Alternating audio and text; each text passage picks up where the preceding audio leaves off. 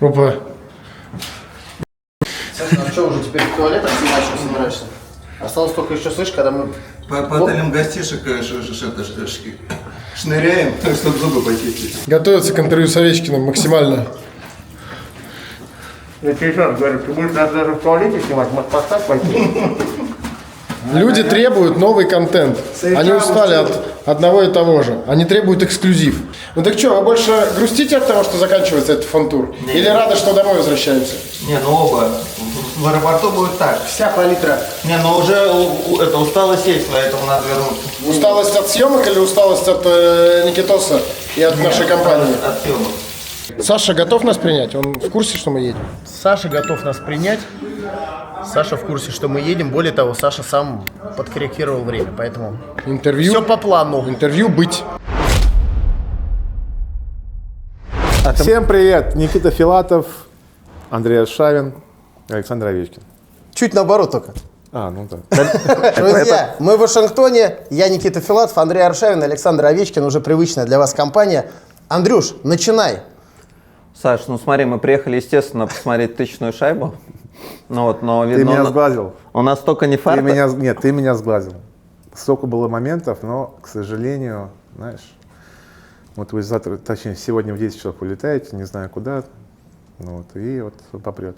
Ну правильно, ты забросить не можешь, люди в шайбу вести не могут, виноваты в этом мы. Ну ладно, мы это возьмем на себя, я еще багаж потерял, потому что все следующие шайбу, которую ты в любом случае забьешь, это можно будет сказать, что на багаже Аршавина ты выезжаешь. Но скажи, пожалуйста, для тебя что значит тысячная шайба? Ну, я не знаю, это просто цифра, это осознание. Ну, вот ты правильно говоришь, это просто цифра, потому что, в принципе, если это брать самое большое, да, это то, что произошло. То, что уже было в прошлом году. То есть каждая шайба это рекорд. Угу. То есть получается там сейчас сколько, 900? 98. Нет, это вместе. 921 у птицы написано. Вот, 921. То есть если забьют, это будет 922. То есть, соответственно, как бы для меня каждый рекорд это идет именно регулярный чемпионат. То есть ты тоже шайбы считаешь без плей-офф, а только в регулярке? Ну, конечно. А почему? Ведь я вот задавал вопрос, считается же в плей-офф это более важно и труднее забить, нет? Это не так? Ну, конечно. А почему тогда рекорды не считаются с шайбами в плей-офф? Ты знаешь, как 20 лет провел, ты должен понимать их философию. Ну, хорошо. До этого было одно, то, что нужно побить рекорд Грецки. Да, ты это сделал. Да, но никто не говорил, то, что если брать рекорд Грецки регулярный и плей-офф, никто же не говорил в прошлом году. Вот я побил рекорд Грецки, а сейчас сразу после этого, сейчас нужно побить рекорд С учетом плей-офф. с учетом плей-офф. То есть, по сути, в этой лиге можно придумывать новые рекорды Да, постоянно. после этого там будет говорить, нужно побить с учетом товарищеских матчей. Понимаешь? Нет, товарищеские матчи и матч плей-офф это все-таки разные вещи. Да не, я просто тебе говорю, то, что люди придумывают, здесь никто не говорит, то, что с учетом плей-офф. А Вот здесь почему? в Вот мне Америке. просто это интересно. Я думаю, это история лиги, наверное, да? Так считали вот так, и все, и решили продолжать так Я считать. думаю, да. Ну, это здесь только считается вот именно 82 игры. Регулярка. Регулярка. Да. Но у нас почему-то считают с плей-офф. Ну, потому что это ты, потому что нам нужен был повод сюда приехать, так бы мы бы сюда не вырвались. Ну, Мы тут первые... зато на халяву съездили, посмотрели матч. Да, так знаешь, больше всего болельщики уже даже честно писали, что не надо, чтобы Ови забивал, чтобы мы еще крутанулись разочек. Так, слушай, так прикольно смотреть на видео. А ты смотришь? Конечно, с Малычем я смотрел там видео. А сколько еще не попало, Саш? Да, вот... Ты, кстати, Нет, все законно и спокойно. Нет, все чистая правда, ни конечно, капельки. Конечно, смотрел. Ну, интересно. Спасибо, это очень приятно. Да. То есть 1000 это просто цифра, а ты мне скажи, а Вашингтон что, не будет выпускать футболки с 1000? Нет, конечно. Вот мы, честно говоря, были уверены, что что-нибудь да придумается, потому что здесь маркетинг развит. скорее всего, что-то придумают, но здесь никто не говорит, то, что нужно забить 1000 гол. Да, вот в том-то и дело. Мы во всех стритоках спрашивали, и у болельщиков, там, и у фанатов. Никто вообще не понимает, о чем речь. Вот именно. Так что все как мы и думали.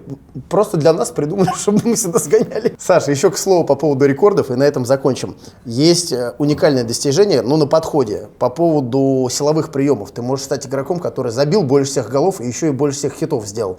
А сколько осталось? 174.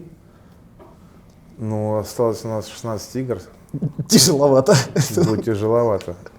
Да, ну, слушай, надо подписывать на следующий год. Вот. И плавно мы перетекаем тогда вот к этому А ты разговору. мне скажи, хорошо, вот вы не считаете с плей-офф, но я как футболист, у которого там 100 всего голов 150, сколько ты за два периода условно вколотил за свою карьеру, и на самом деле всего 18 голов, насколько я знаю, до Грецки.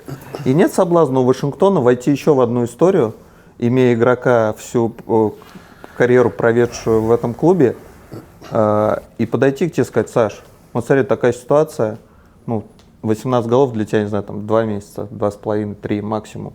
Забей, рекорд, и едешь, как там ты хотел, говорил, в «Динамо». Андрей, ты знаешь, этот вопрос, во-первых, не ко мне. Если мне сейчас генеральный менеджер скажет: Саша, давай подпишем контракт, Ты будешь думать. буду думать. Вот, но, во-первых, представляешь, как я говорил недавно с интервью Солши, то, что мне нужно все будет взвесить, да, как бы мне 40 лет уже, на следующий год мне будет 41. Я просто не представляю, ты всего на 3 года старше, но ты уже лет 10 как играешь, а я уже давно положил ножки на перила. Вот, и здесь как бы нужно понимать мое физическое состояние, ментальное, как бы что лучше для детей, для жены, как бы здесь уже мое я, оно уходит на другое место, понимаешь? Поживем, увидим. Об этом, обо всем, наверное, после сезона, да, будешь думать уже? Ну, конечно, Всё там мы взвешивать. сядем там все вместе и будем разговаривать и понимать вообще, что к чему. Ты мне скажи, я в 37 закончил, правда, на более, конечно, низком уровне уже заканчивал. Год прошел, просто когда так много лет, физическое состояние, мне кажется, оно уходит быстрее, чем когда тебе 20. Или вообще не уходит, тогда еще растет. Год назад и сейчас ты в той же физической форме? Или ты чувствуешь, там, что больше устаешь, меньше там, хочется играть и так далее? Здесь не от усталости зависит, понимаешь? То есть, когда ты находишься в ритме, ты, в наше расписание, вот именно взять сегодняшнее расписание, которое посмотреть, у нас игра, отдых, игра, отдых. Так отдых. это еще тяжелее. Ты находишься в ритме, то есть у тебя нет возможности расслабиться. То есть тебе так легче? Ну, в этом возрасте, конечно. То есть если бы взять меня, там, 20-летнего, и это расписание было бы совсем по-другому. То есть мне нужно было бы именно морально себя подготавливать к этому расписанию. Вот. А так, если это взять, то, во-первых, подготовка должна поменяться. Да? Мы с Пашей разговаривали на эту тему, что будем делать прошлым летом, когда я начал заниматься. То есть подготовка была. Очень много было съемок на фонбете. Мы тебе не только, там вся реклама, телевизор включаешь, невозможно это. Устал, тебя не увидеть. Тебя не увидеть. Вот, но опять же, здесь вот я про это говорю, то есть мне нужно понять вообще, стоит ли на следующий год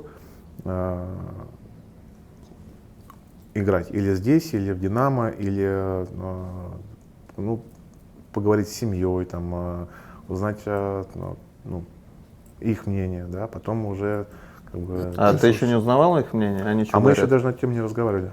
То есть еще ты не хочешь оставаться условно просто Овечкин, и ты не хочешь оставаться ради того, чтобы оставаться, чтобы не стать балластом для своей команды, любой. Нет, конечно. Вашингтон там это или будет, или Конечно. «Динамо». Просто представь, хорошо, я подписываю контракт с Вашингтоном, но я понимаю, что я уже не тот человек. То есть зачем мне свое имя и свою фамилию тем, что я заслужил на протяжении долгих лет, за один сезон просто убрать и сказать, что что он подписал, и все, он уже мертвый. Зачем мне это нужно? Да даже те же самые разговоры наверняка пойдут. Он ради цифр. Во-первых, я никого не слушаю, я уже взрослый мальчик, потому что, что мне кого-то слушать?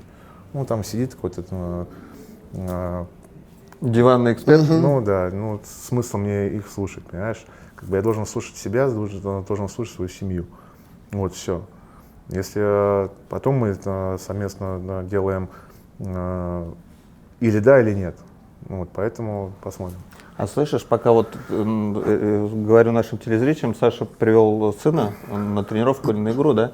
И ты часто вообще смотришь, как он играет в хоккей? Ну, по ситуации, да. Если у меня есть возможность прийти на тренировку, посмотреть, да. А он у тебя спрашивает потом, там, папа, я делал что-то не так, или ты что-то подсказываешь? Как вот ты себя ведешь по отношению к ребенку? Во-первых, у меня есть бабушка. Ну, мама моя, это бабушка. Она очень серьезная, ты знаешь. Да. Она очень серьезная, очень такая, знаешь, ты неправильно катаешься, ты неправильно бросаешь. Она ему говорит или тебе? Нет, мне это что говорить? Ему раньше говорила. Мне раньше говорила, да. Я даже Там, частично был согни свидетелем. ноги, нужно было тебе здесь отдать пас. А когда я смотрю, понимаешь, как бы я смотрю как с точки зрения как профессионального хоккеиста. То есть я понимаю, что в этой ситуации нужно было сделать по-другому, да, и вот один раз я был на тренировке здесь, да, в Кетлере, смотрю, я думаю, ну, что это вообще такое? На сына своего? Да, я спустился вниз, мы здесь на трибунах, я спустился вниз, я говорю, если сейчас так же будешь играть, ты просто заканчиваешь. Все, я кивнул головой, все понял. Хорошо. То есть, ну, я такой, знаешь, я больше привередливый, чем, допустим, мама. Она смотрит, ну, бабушка, она смотрит на катание, там, на владение клюшкой, там, еще что-то. Я просто смотрю по ситуации, которая там происходит на льду. Смотри, такой вопрос. Вот знаешь, есть родители, которые, ну вот прям они обречены там болеть вот это, да, что хотят сына там будущего Овечкина, там условно чемпиона и так далее. Ты можешь себе легко представить, что у твоего сына не получится с хоккеем, и ты отпустишь эту ситуацию и не Конечно. будешь... Конечно. То есть как бы ты спокойно к этому Но относишься. это их выбор, и Сережа, и Илюша. Это их выбор. Если они захотят, пускай занимаются. Я только буду рад, что если они занимаются спортом. Если у них не получится в хоккее, ну, значит, тому и быть. Конечно. То есть я не такой человек, чтобы все, ты будешь хоккеистом, все. Нет, конечно. Я вот даже больше с посылом для родителей, детишек, хоккеистов, которые вот это, знаешь, там сумасшедшие на трибунах сидят и не могут себе представить жизнь, и они ее и себе портят, и детям своим, которые обречены на то, что... Хорошего ничего, вот из этого хорошего ничего не будет 100%. Да, это точно. Смотри, Вячеслав Фетисов сказал о том, что он хотел бы тебя видеть на Олимпиаде 2030, если наша сборная туда поедет. Если не игроком, ты бы видел бы себя в роли генерального менеджера этой команды? Ну, во-первых, Вячеслав Салановичу огромный Респект. поклон и респект, да, то, что верит в меня. Итого будет 44. Ну, на самом деле, так далеко я не могу. Вообще никто не может загадывать так далеко, правильно? Нет, это понятно. Просто вот как ты считаешь, у тебя есть качество, чтобы быть генеральным менеджером сборной России на большом соревновании? Ну, а как же Роман Борисович? На этом точка. Ответ Не, ну а почему не может быть твоим заместителем? А? Заместителем? Ну, помощника там могу пойти. Ну, условно, тебе Рома. больше кажется, что ты мог быть тренером, допустим, или руководить? Ну, сейчас, ну, знаешь, вот когда ты играешь, тебе говорят, что ты думаешь по поводу тренерской Нет, карьеры? это Вот понятно, именно. лучше то- нет. Да, вот то же самое, как бы, здесь, ты мне вопрос такие задаешь, такой, ну, и как я могу это все сказать, тем более через 4 года. Не, просто твои мысли. Это же не обязательно, что так А будет я или даже, не будет. на самом деле, я даже об этом не задумывался. Малыч вот задумался. Сказал, что точно из него тренер не получится. Ну, кстати, я Малкина вижу на роли Тренером, думаешь? Да там игроки сойдут с ума. Да. Не, ну почему? Там в раздевалке будет офигенная атмосфера. Ну, поэтому я бы пошел бы к нему даже в помощники. Малкин? Если он будет тренер, я пошел к нему в помощник. Он замучил его за 2 часа. Без камер. Да, Без честно, камеры? больше, мне кажется. Понимаешь? Замучил быстрее. Было тяжело. Подожди, то есть вы приехали вот ко мне, а со мной даже на ужине. А он приехали. дисквалифицирован просто. Ему нечего, все равно 5 игр было делать. Слушай, А если бы ты играл? кому-то отрубил шею, мы бы с тобой с удовольствием поужинали. Ресторан заказали. Всегда есть опция перенести билеты. Заплатите, пожалуйста. Мы приезжали год назад, и я у Никиты спрашиваю: Никита, а что произошло? Год назад Вашингтон, ну, уверенно играет, там, первое место занимает в своем дивизионе, а сейчас вроде игроки все те же, а хоккей другой. Почему так бывает? Ну смотри, во-первых, у нас один из основных игроков, Дебуа, получил травму. Но вчера он играл, 80-й, да? Да, 80-й. Большую часть сезона. Больше, но он пропустил, по-моему, там 4 месяца. Ну, Почти все, короче, он сыграл очень мало игр. И на замену нужно было играть Лаперье, Лапи должен был играть, Сурдев и Майки. То есть, понимаешь, вот этот баланс, он сразу сломался у нас. Пока мы там нашли какие-то сочетания, пока там кто-то, ну, сам понимаешь, когда ты играешь с одним человеком, ты знаешь, что он развернулся, он знает, ну, чутье. А когда у тебя другие партнеры, ну, это тяжело, это нужно время для того, чтобы они понимали, то, что к чему. Вот, ты получил шайбу, я знаю, то, что куда поедешь ты, или куда ты будешь отдавать, или как мне открыться. Ну, то есть не было вот этого, знаешь, Химии? чутья. Ну, химии, чутья, вот этого не было. Ну окей, Дюбуа важная часть, второй центр команды, там первый, второй, но точно не единственная причина падения из топа в команду, которая борется за выход в плей-офф. Может, какие-то еще факторы? Везение. Ну да, слушай, фарт. Ну да, и, ну, опять же, если посмотреть на статистику, которую сейчас мы показываем, и посмотреть на статистику прошлый год, мы забивали намного больше, чем сейчас. То есть, если посмотреть последние там 4 игры, мы по 2 гола забиваем, по 2 шайбы за игру. Да и большинство, Ну и большинство тоже у нас. причем не только по равно. реализации, но и Да. по содержанию. Мы, Иногда в зону не ну, получается в встать. конце стоим большинство. То есть, ну, есть определенные моменты, это, в принципе, это не секрет, это все знают, то, что, ну, вот в этом компоненте мы отстаем от других команд. А ты веришь, что вы еще способны побороться за выход в плей-офф? Ну, ты же знаешь, что спорт такая вещь, это непредсказуемое. Ну, ты выиграл 3 игры, они проиграли 3 игры, и вот ты сразу поднимаешься наверх. Они остаются на той же позиции, которые они были. Просто в этой ситуации не надо смотреть на таблицу, а просто надо играть и заработать очки. Вчера важное очко было для нас.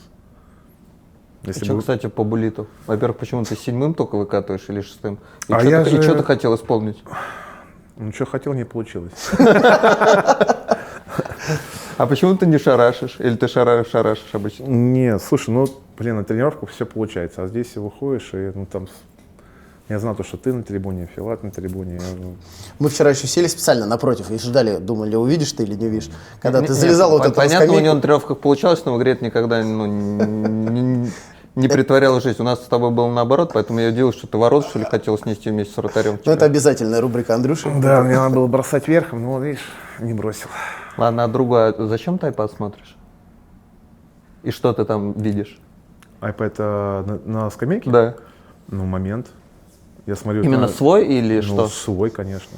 Что мне нужно было сделать, или там, если мне нужно было и отдать, или, ну, допустим, большинство, да, то есть Ты смотришь все большинство или какой-то эпизод? я смотрю эпизод. Потому что после этого ты можешь подойти, там, допустим, к тому же Стромуру или Чиклину и сказать, то, что я здесь, посмотри, я здесь открыт. То есть ты мне мог отдать пас. То есть, в принципе, большинство, что у тебя 5-4. То есть один игрок должен быть всегда открытым, правильно? Если со мной стоит игрок, прям вот где мы сейчас с Фётом А сидим, тебе не кажется, что, извини, быстро скажу ремарку, что вот все, что мы последние игры смотрели, что с тобой реально вот так игрок стоял? так на В Калгари стоял, на протяжении, вчера Хусуддин с тобой да, стоял. на протяжении всей моей карьеры, последние лет 15, так со мной игрок стоит. Мне кажется, в прошлом году было не так. Андрюх, там разница очень простая. В том, что как только соперник понимает, что с позиции, где раньше стоял Оши, а до этого стоял еще наверху Карлсон или Майк Грин, есть опасность, угроза, то они уже не жульничают так сильно в сторону Саши. Сейчас, на данный момент, к сожалению, они жульничают, потому что когда игрок прям... Да, и поэтому я говорю, то, что я смотрю, и чтобы не то, что мне отдавали пас, а я смотрю, что как сделать так, чтобы, допустим, отдали пас Уилсону, или чтобы Чиклин бросал. Ну, пока, Это еще очень много. пока не помогает. Еще последний, наверное, хоккей, то, что для меня ну, немножко необычно было, то, что по выходу в плей-офф, как определяются 8 команд. Но мне кажется, это нечестно. У нас Ист, а там Вест. На Весте у них очков меньше, чем у нас. Вот я и говорю. То есть, ну, я думаю, то, что сейчас очень многие генерал-менеджеры и лига задумалась насчет того, то, что как вообще такое может быть, то, что команда, которая имеет больше очков, она не попадает в плей-офф, чем, допустим, команда, которая в другой В дивизионе. конференции. Но в конференции они все равно, у них по конференциям, то у них все Ну, равно возьми, 8-8. допустим, Энахайм, Вегас, Лос-Анджелес. У нас больше очков, чем у них. Но мы не попадаем в плей-офф. Они сейчас борются там за место в плей-офф. Видишь, как интересно. Это Саша касаемо выхода в плей-офф. А тот же Каприз, например, нам говорит, офигеть, у нас дивизион, у них дивизион, первые 3 команды выше там гораздо, чем те остальные. То есть там 4-я команда их дивизиона выше, чем 1-я той. По очкам. Но По она не очкам. может выйти, потому что ограниченное количество, дивизионов. И у Каприза первый раунд там условно будет, первый-второй раунд против 2 там сильнейших команд. Ну, то есть тоже. Ну вот почему я и задал. Слушай, раньше возьми, когда вот у меня был, по-моему, мой 7-8 или 8-9, я не помню уже сезон, когда мы играли. У нас первый играет с 8-м, Да, ну. второй с 7-м. Ну это же прикольно, нет? Это правильно. Это правильно. А сейчас ты wildcard придумал. Ну, слушай, вот для меня сделать обычно первое, 8-е и вот... Ну, по классике, Конечно. Что придумывать? Хорошо, тогда лучшее звено Вашингтона плюс вратарь за твою карьеру. Бэкстром, Семин, Федоров, Так. Грин, Карлсон, вратарь, я возьму Холби. Женя Малкин сказал, что футбол сложнее хоккея. Ты так считаешь или нет? 100%. Ух ты, ничего себе. Ну, потому что я поиграл на профессиональном уровне, я чуть не сдох. Потому что для меня как бы разминка, ну что там, стали... Просто подпустить. Да, там чуть пропотел, все, у тебя шикарно. А я выхожу, боже мой, там, а еще там я пришел в раздевалку, через сколько выход, 15 минут. Мы там удары, от бровки до бровки пробежались, удары, там стенка, там голени назад, бедро вперед, там это, я встаю, я уже не могу дышать. И я понял то, что просто физически для меня было очень тяжело. Понятное дело, то, что для вас как бы это нужно привыкнуть к этому, понимаешь? То есть ты с самого детства начинаешь играть в футбол, ты пробежался туда-сюда, это для вас нормально. А для нас, у нас отрезки. То есть, Не, ну как, туда-сюда это тоже бегали. У меня тоже отрезок был.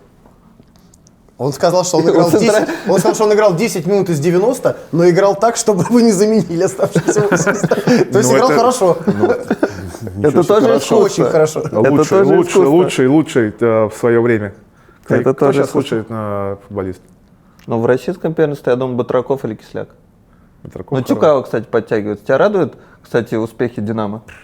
Просто «Спартак» и ЦСКА, вообще красавцы. 1-0 они в Ростов победили. Ну, все, А следующий раз знаешь с кем? С кем? С «Зенитом».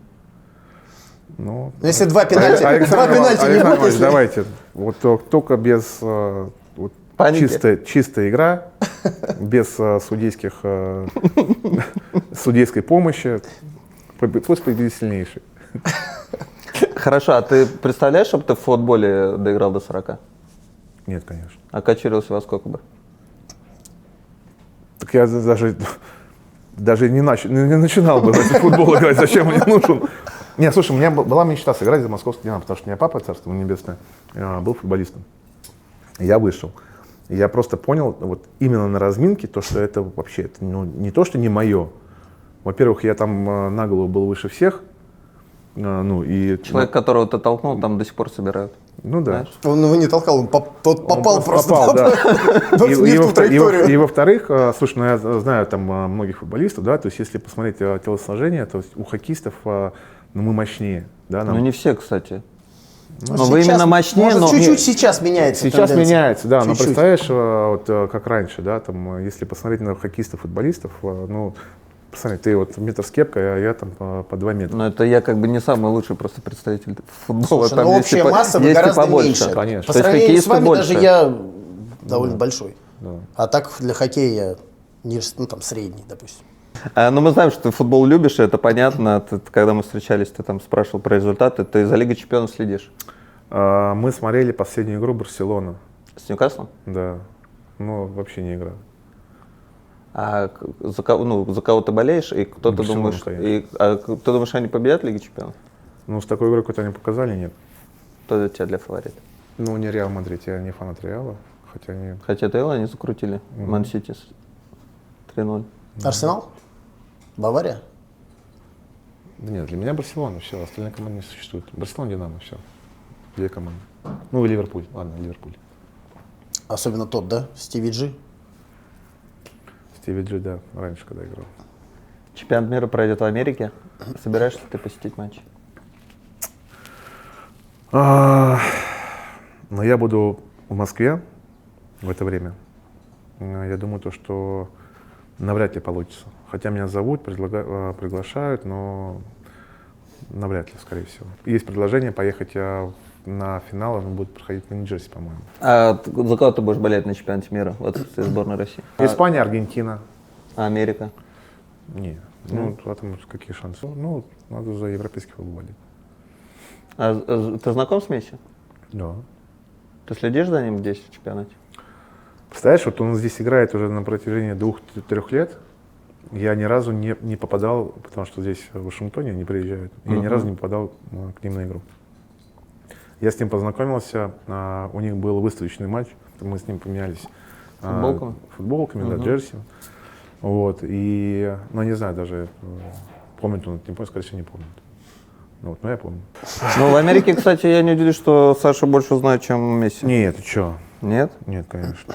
Ну, я думаю, это еще от штата будет зависеть.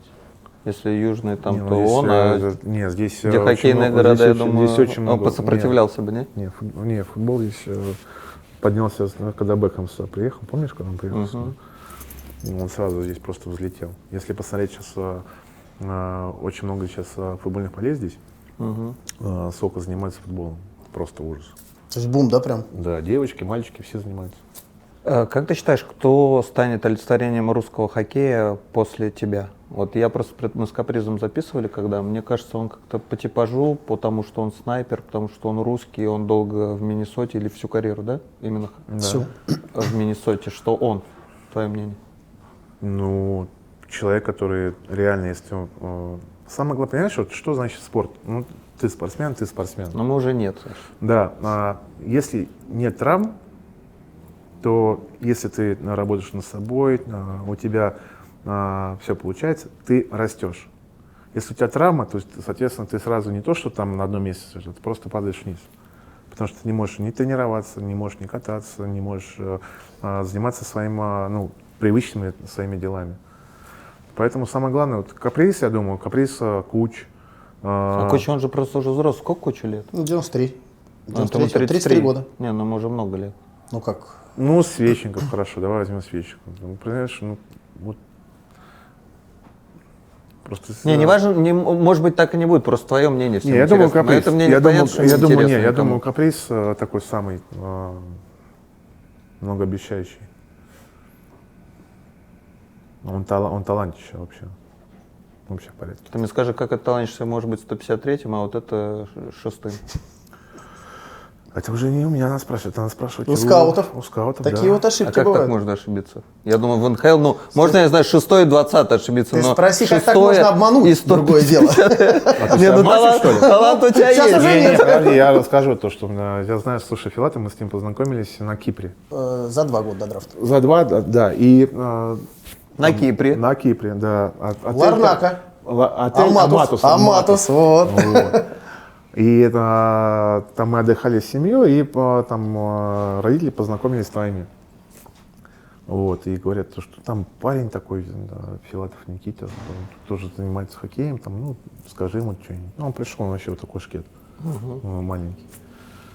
Вот, а что я могу сказать, я тоже такой же шкет, только чуть постарше.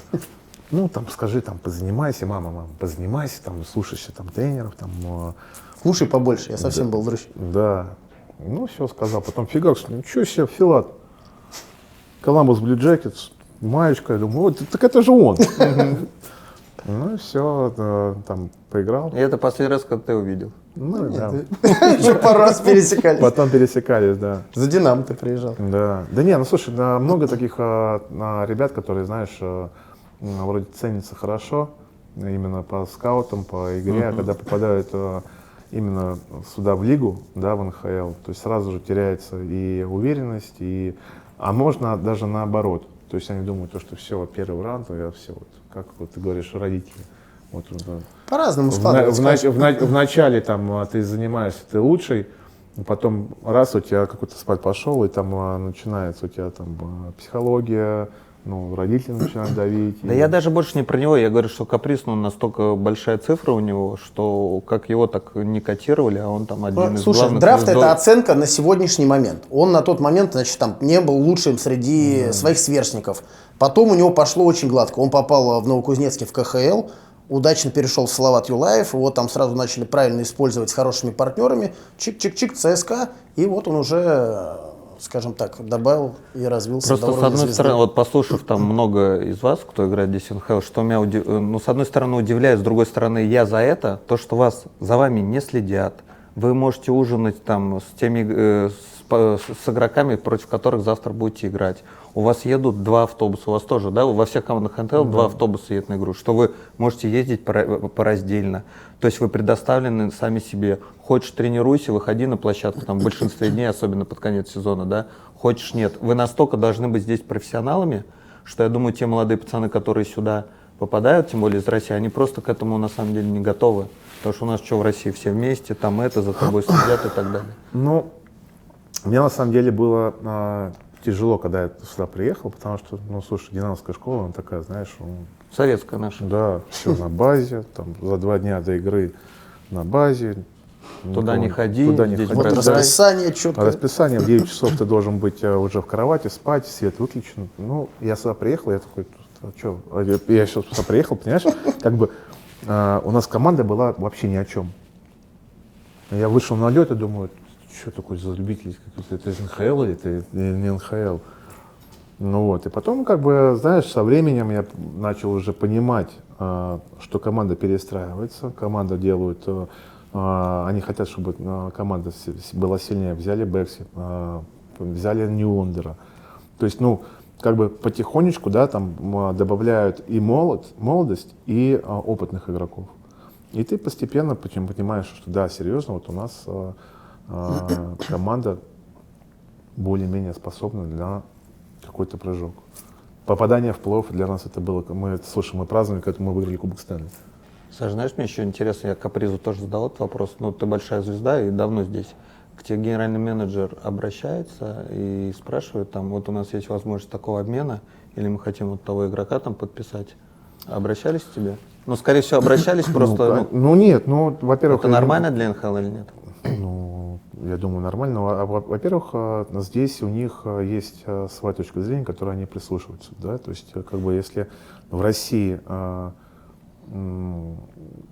с тобой и с тренером советуются, то здесь главное это генеральный менеджер. То есть ты тренер, ты игрок.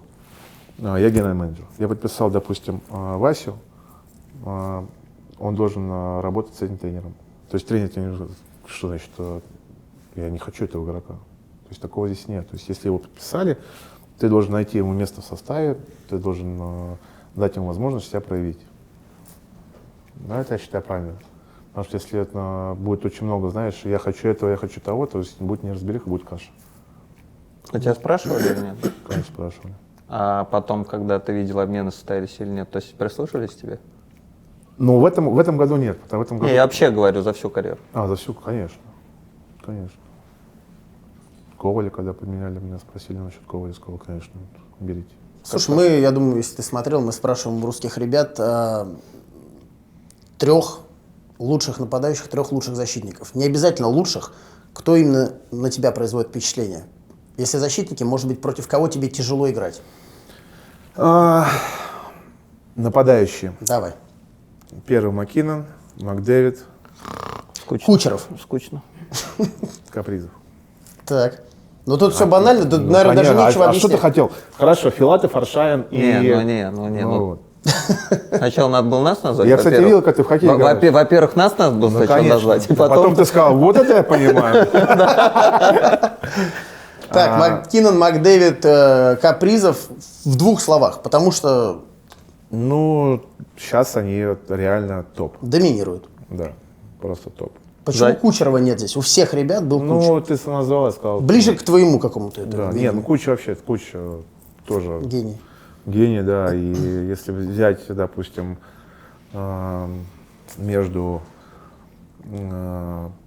Маккиноном и тем же Макдэвидом, да, Куча на одном уровне стоит. по технике, по катанию. Ну, IQ, я думаю. IQ тоже, да. То есть, ну, он реально.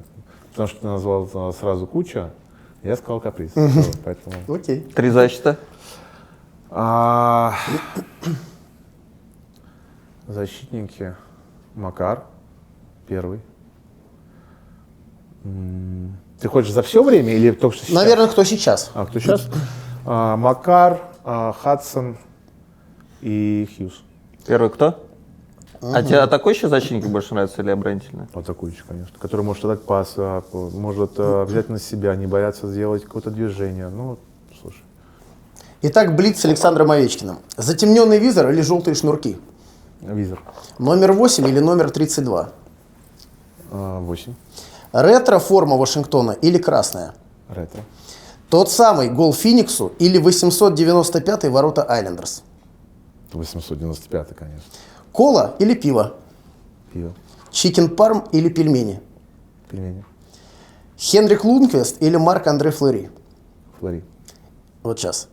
Джон Карлсон или Майк Грин? О, это я специально. Карлсон. Никлас Бэкстрем или Евгений Кузнецов? Ты прям... Да, я специально. Ну, давай возьму Бекки. Александр Семин или Ти Джей Оши?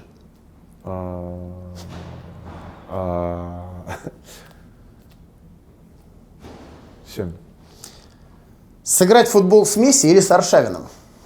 С Аршавиным, конечно. Разбирается в футболе. Ура! И на этом мы закончим. На этом все. Саш, спасибо большое. Лучший. Сань, спасибо огромное. Друзья, только что закончилось интервью наше с Александром Овечкиным. Вот такие призы, вот такие 2 джерси с его автографами вы сможете получить, если будете следить за условиями розыгрыша в телеграм-канале.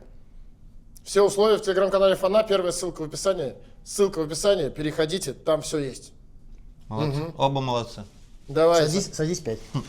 А еще помните нашего подписчика, нашего героя, одного из выпусков в Филадельфии, Сергея, который любезно передал нам кучу подарков для розыгрышей, а взамен мы пообещали ему добраться до Александра Овечкина и подписать его джерси. Вот его джерси, И вот вот шайба. автограф, И шайба. а вот шайба с автографом.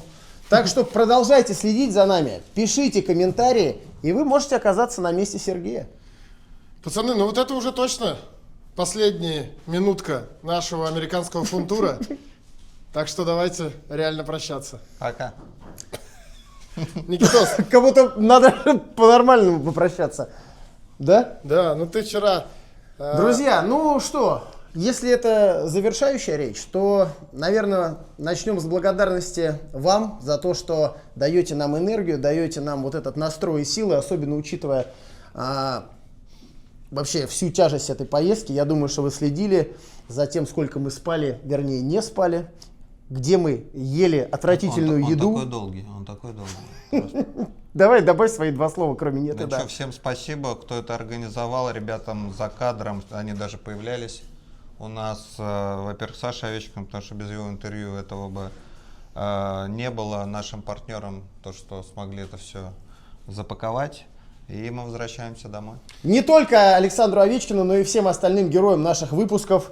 Малкину, Чинахову, Никишину, Свечникову, Мечкову, Гребенкину, А Ивану Мирошниченко, Ване Мирошниченко, который просто был нашим этим проводником и организатором. проводником в подземное помещение. Пацаны, Да. не надо, вы сейчас точно кого-нибудь забудете, будет обидно. Просто всем, Всем, кто был в наших выпусках, всем огромное спасибо.